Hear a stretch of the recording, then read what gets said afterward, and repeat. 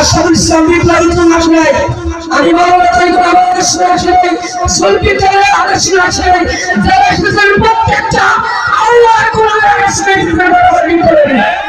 আমি আশরাফুল ভাইয়ের সাথে আমি বিকালে পরিণত করেছি। আমার বলেছে ভাই আমি 10:30টায় সময় ছেড়ে দিয়ে 11টায় আপনার মঞ্চে অ্যাড হবো।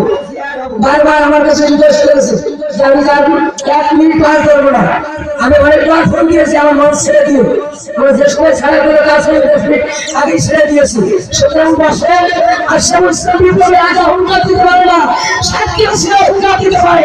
কথা বলে 10,000 টাকা আমি আশরাফুল ইসলাম বিপ্লবী ভাইকে আমি নিজে বিকাশ করে দিয়েছি।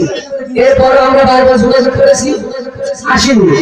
তারপর আপনার আশরাফুল ইসলাম বিপ্লবী আগে শুনে এসেছেন নাকি কোরআনের আগে শুনে এসেছেন আমি জানতে চাই। সুতরাং কোরআনের আগে শুনে জেনে এসেছে, কোরআনের কথা শুনলেই বসতে হলো তারপর জিতবি।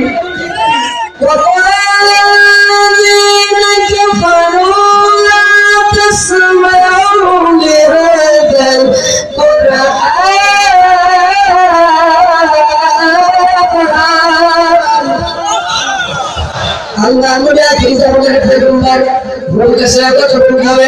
আল্লাহ নবী আখির জামানার পয়গম্বর কোরআনের দাওয়াত সুন্নাতের জমিনে বাধা সৃষ্টি এসে গেল।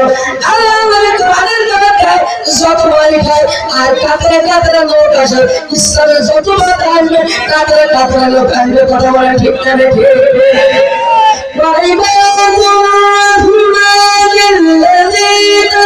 يمشون على الأرض هونا وإذا خاطبهم الجاهلون قالوا سلاما।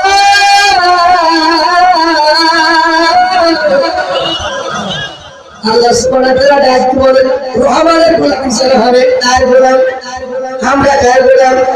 ওরে জীবনের মালিক তুমি সারা জীবন চলে না, তুমি আমার সকল সাধনা।